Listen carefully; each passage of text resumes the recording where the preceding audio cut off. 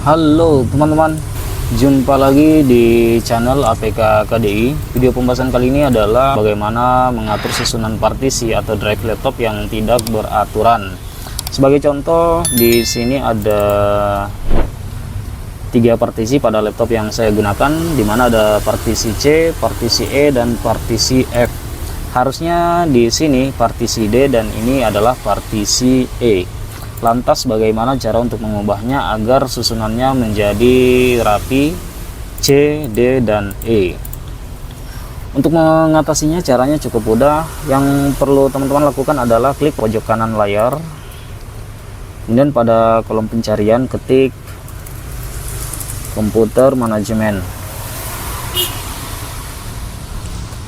Bila ikon dari komputer manajemen sudah tampil seperti berikut, klik ikon komputer manajemen. Selanjutnya di sini jendela komputer manajemen sudah tampil. Klik disk manajemen. Selanjutnya untuk partisi E akan saya ubah menjadi partisi D dan partisi F akan saya ubah menjadi partisi E. Caranya adalah klik kanan, selanjutnya klik change drive letter and part.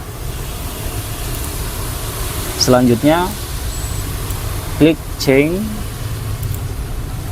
kemudian pada pilihan assign the following drive letter, klik di sini. Selanjutnya pilih partisi D, klik OK. Jika ada keterangan yang tampil seperti berikut, klik OK. Selanjutnya ini saya minimize, kemudian bisa teman-teman lihat untuk partisi E sudah menjadi partisi D seperti berikut.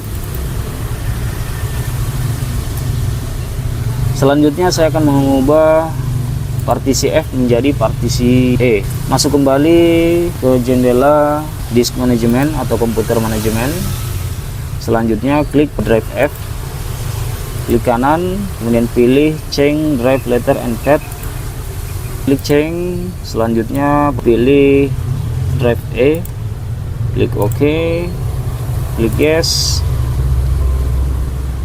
Tutup jendela disk manajemen atau komputer manajemen, dan di sini partisinya sudah tersusun dengan rapi, drive C, drive D, dan drive E. Itulah cara bagaimana mengatur partisi yang tidak beraturan. Semoga bermanfaat. Sampai berjumpa lagi di video tutorial selanjutnya.